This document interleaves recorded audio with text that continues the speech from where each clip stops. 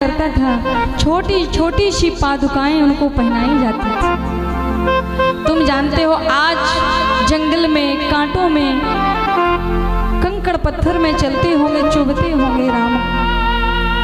अरे भरत, हमारे राम को जब भोजन भूख लगती थी तो गोदी में बैठा करके दूध भात अपने हाथ से खिलाया करती थी। आज जंगल में वन में भूख लग रही होगी, ना जाने भूखे होंगे क्या करते होंगे।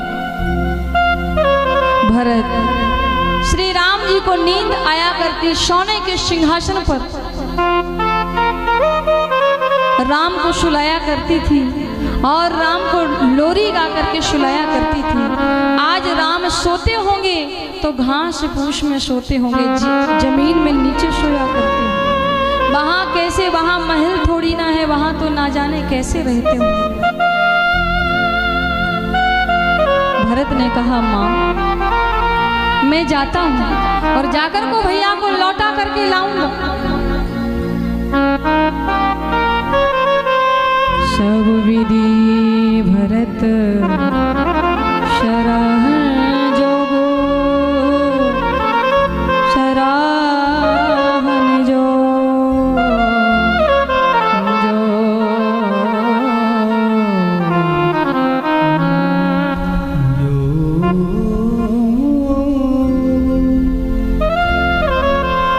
भरत का ऐसा पात्र है कि जिनके जीवन में एक भी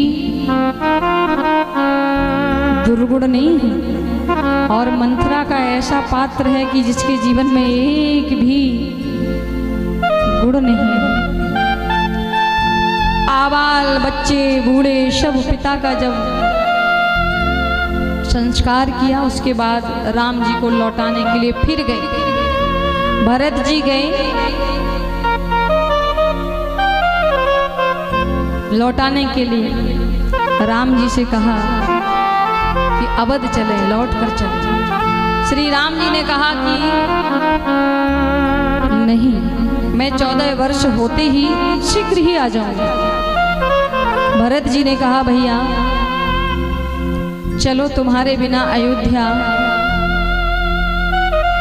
अच्छी नहीं लगती है। अरे अयोध्या ऐसे लग रही है जैसे अयोध्या के प्राण निकल गए। सो चलो, लौट चलो। लेकिन एक बार श्री राम जी ने जो कह दिया उसे दोबारा अवसर नहीं दिया। भरत लाल श्री राम जी के चरण पादुका लेकर के चले आए। नंदीग्राम में जमीन के नीचे गुफा में रहते हैं और श्री राम जी की भक्ति करते हैं, जप करते हैं। श्री राम जी से ये भी कहा कि भैया 14 वर्ष से एक दिन ज्यादा हो गया, तो मैं शीघ्र वहीं उसी समय अपने प्राणों को त्याग दूंगा। राम जी ने कहा, हाँ हाँ, मैं 14 वर्ष होते ही शीघ्र ही आ जाऊंगा। देखो, अयोध्या में किसी ने भी 14 वर्ष तक अपने पाँव में जूते चप्पल नहीं पहने। राम नंगे पैर रहते तो हम कैसे पहने। 14 वर्ष तक किसी ने घर में दीपक नहीं जलाया। श्री राम अंधेरे में रहते हैं तो हम दीप प्रज्वलित कैसे कर लें। 14 वर्ष तक किसी ने अयोध्या में बंधनवार नहीं बांधी। 14 वर्ष तक किसी ने अपने बेटे बेटी का विवाह नहीं किया। क्यों? अरे विवाह करेंगे तो फिर मंगल गीत गाने होंगे, और जब मेरा राम ही नहीं तो काहे का मंगल। अरे मेरा राम ही तो मंगल का सूचक है।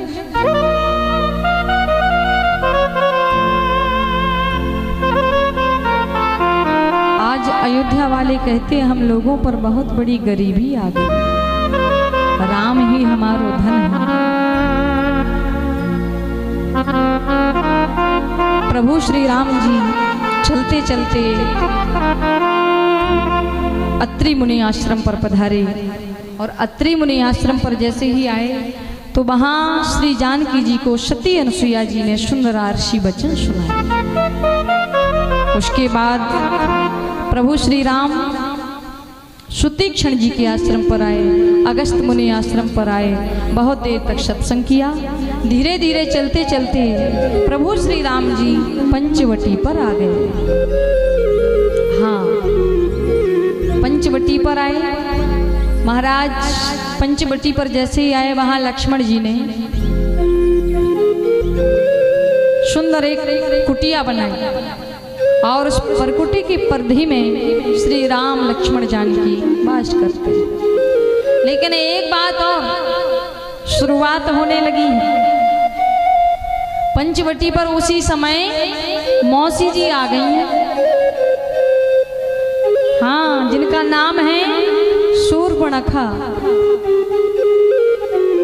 शूर्पणखा आई। शूर्पणखा कौन है? रावण की बहन। मैं जरा शूर्पणखा का परिचय कराऊं। शूर्पणखा रावण की बहन है।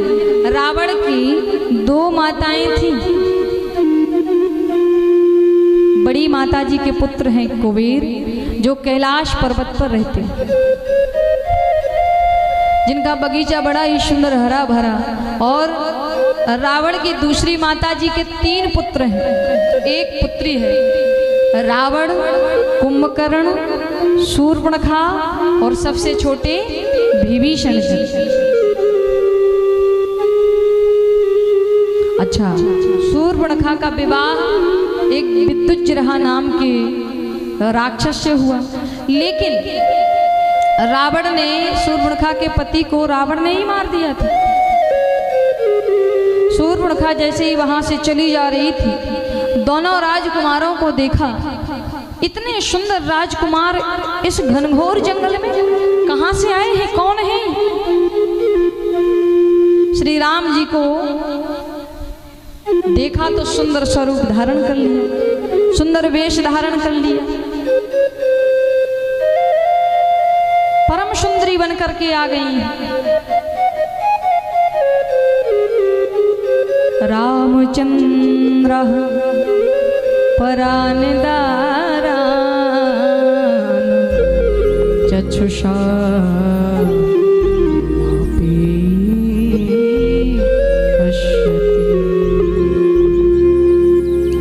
आचार्य श्री सुखदेव जी कहते हैं कि राम जी की आंखों के सामने कोई भी नारी आवे, उसे या तो माँ के स्वरूप में देखते हैं या फिर बहन के स्वरूप में। राम जी के सामने बड़ा सुंदर श्रृंगार करके खड़ी हो गई। तो राम जी ने कहा, कहिए देवी जी आप कौन हैं, कहाँ से आई और इस घनघोर जंगल में अकेली? शूर्पणखा ने कहा, हाँ हूँ तो अकेली, लेकिन मैं इसलिए आई हूँ। क्यों? बोली पति स्वयंवर करने के लिए चली हूँ, पति ढूंढने के लिए चली हूँ। राम जी ने कहा, देवी आजकल पति ढूंढने का काम तो माता पिता का होता है, तो इसके लिए आपने स्वयं कष्ट क्यों किया? अरे बोले क्या करूं, माता पिता ने तो बहुत बार ढूंढे हैं, लेकिन कोई पसंद ही नहीं आता। और सत्य मानना अभी वर्तमान में ऐसा ही हो रहा है। कुछ जिनको बुरा लगे तो लग जाए, लेकिन मैं बात कह देती हूँ कि जो बहनें अपनी मर्जी से विवाह करती हैं वो शूर्पणखा से कम नहीं होती हैं। समझ लो कि वो शूर्पणखा की सगी भतीजी ही है।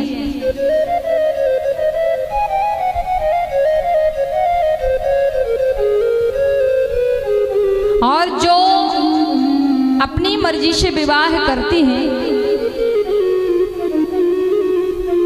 उनका विवाह ज्यादा दिन तक नहीं चलता, उनका संबंध रिश्ता ज्यादा दिन तक नहीं टिकता है।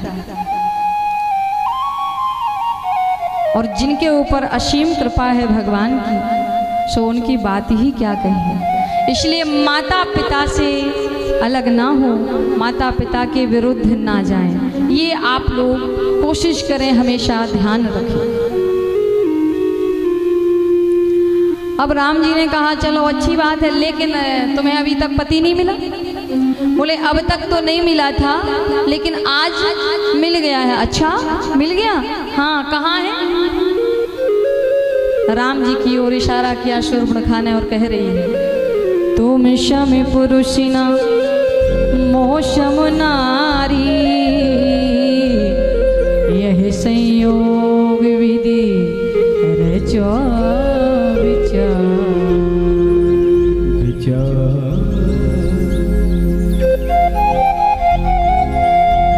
शूर्पणखा कह रही, मेरे जैसी तुम्हें पत्नी नहीं मिलेगी, तुम्हारे जैसा पति नहीं। लेकिन देखो, वैसे तुम सुंदर तो हो नहीं। राम जी से शूर्पणखा कह रही है, सुंदर नहीं हो तुम, फिर भी मैं तुम्हें पति रूप में वर्ण कर लेती हूँ। अब राम जी तो बड़े संकोची हैं। राम जी ने कहा, ये क्या कह रही है? राम जी बोले, देवी जी, कहा तो आपने ठीक ही है, लेकिन हमारी बगल में जो बैठी हैं श्रीमती, हमारी भार्या हैं ये जानकी जी। शूर्पणखा कह रही है, ये दुबली पतली सी पत्नी तुम्हारी? अरे चिंता मत करो, क्यों, इसका तो मैं नाश्ता कर जाऊंगी किसी दिन।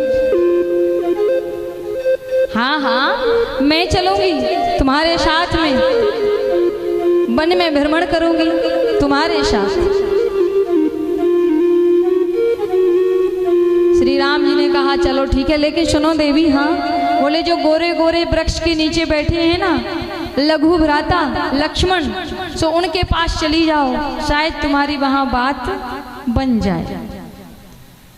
शूर्पणखा ने लक्ष्मण जी को जैसे ही देखा, सो भैया अब तो लक्ष्मण जी को देखते ही बड़ी प्रसन्न हुई, दौड़ी दौड़ी गई। जैसे ही लक्ष्मण जी के पास में पहुंची तो लक्ष्मण जी तो अपने धनुष बाण लेकर के तैयारी बैठे रहते हैं कि कोई इस जंगल में कोई ना जाने कब कौन आक्रमण कर दे, बैठे हैं। शूर्पणखा जैसे ही पहुंची तो लक्ष्मण जी ने कहा, कहिए क्या बात है, कहिए। शूर्पणखा ने कहा, जो गोरे गोरे, जो काले काले जो राम जी हैं, तो लक्ष्मण ने कहा, एक तो काला कह रही है और ऐसे बोल रही, क्या राम जी ने क्या किया? भैया हैं वो हमारे, बताओ। बोले, वो मुझसे विवाह करना चाहते हैं। लक्ष्मण जी ने कहा, ये तो तुम्हारा परम सौभाग्य है, चली जाओ कर लो, अच्छी बात है, लेकिन नहीं, मैं तो आपसे ही विवाह करूंगी, काले से विवाह नहीं करना है। आप गोरे हो तो आपसे ही विवाह करना है। लक्ष्मण जी ने कहा, अच्छा।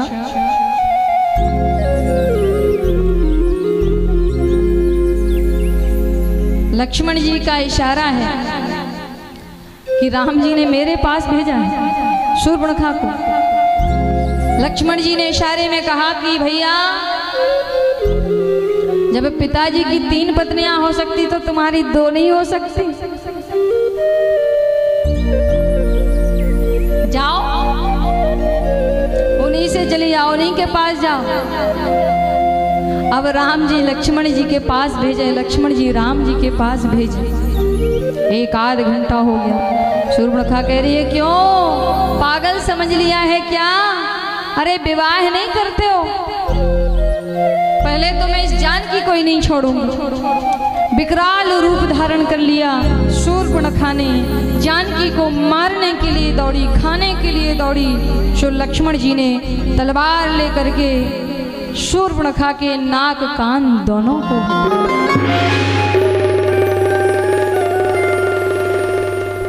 देखो माताओं, जो कपट करता है, जो बेईमानी करता है, वो ना तो वैदिक परंपरा में रहने का अधिकारी और ना ही वो कुल में रहने का अधिकारी। कहते हैं ना कि जब कोई गड़बड़ काम करते कोई भी परिवार में, तो कहते हैं इसने तो मेरी नाक ही कटा दी। ऐसा काम कोई मत करियो जिससे कुल की नाक कट जाए। तुम्हें परंपरा में रहने का अधिकार ना बचे, इसलिए ऐसे काम से बचना, दूर रहना।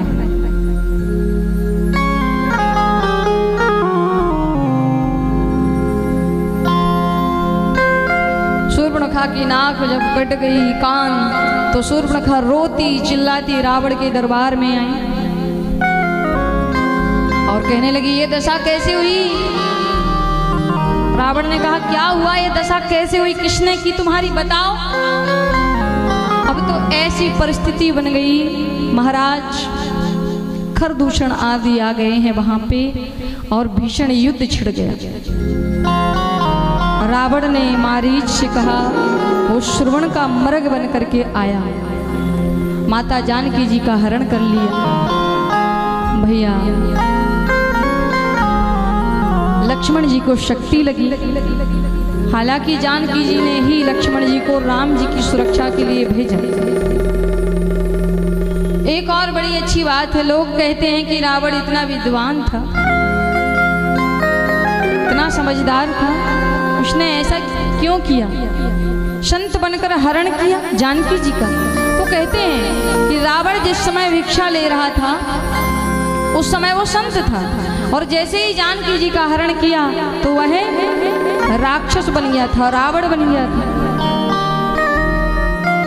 रावण ने सोचा कि यदि संत बन करके हरण करूंगा तो संत के चरित्र पर कलंक लग जाएगा, इसलिए राक्षस बन के हरण करके ले गया आकाश में।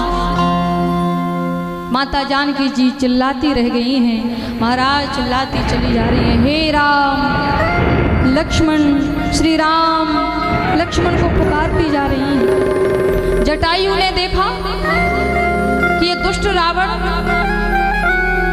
जानकी जी को किधर ले जा रहा है, कहाँ ले जा रहा है। सो भैया जटायु ने भी विचित्र उसके साथ बहुत देर तक युद्ध किया। जब युद्ध किया तो महाराज युद्ध करते करते जटायु के पंख फट जाते हैं और जमीन पर गिर जाते हैं। श्री राम जी जटायु को गोदी में लेकर के आशीर्वाद देते हैं और कहते हैं हजारों वर्ष तक जीवित रहिए। जटायु ने कहा कि हे रघुनाथ, हे श्री राम, इससे सुंदर मौत मृत्यु और कब मिलेगी। इसलिए जटायु ने अपने प्राणों को श्री राम जी की गोदी में ही त्याग दिया। आगे चलते चलते श्री राम जी शबरी के आश्रम पर आए। हाँ, ये वही शबरी जो शबरी प्रभु श्री राम जी का बरसों से इंतजार कर रही, बरसों से इंतजार कर रहे, राम आएंगे, श्री राम आएंगे, श्री राम आएंगे, लेकिन राम लौट करके नहीं आए। बुढ़ापा आ गया है, आशा फिर भी लगी है कि राम लौट कर जरूर आए, कहीं ना कहीं से तो लौटते होंगे, आती आओ शबरी जी का भाव सुने और कहती है कि रघुनाथ जी भूल गए क्या इस दासी को।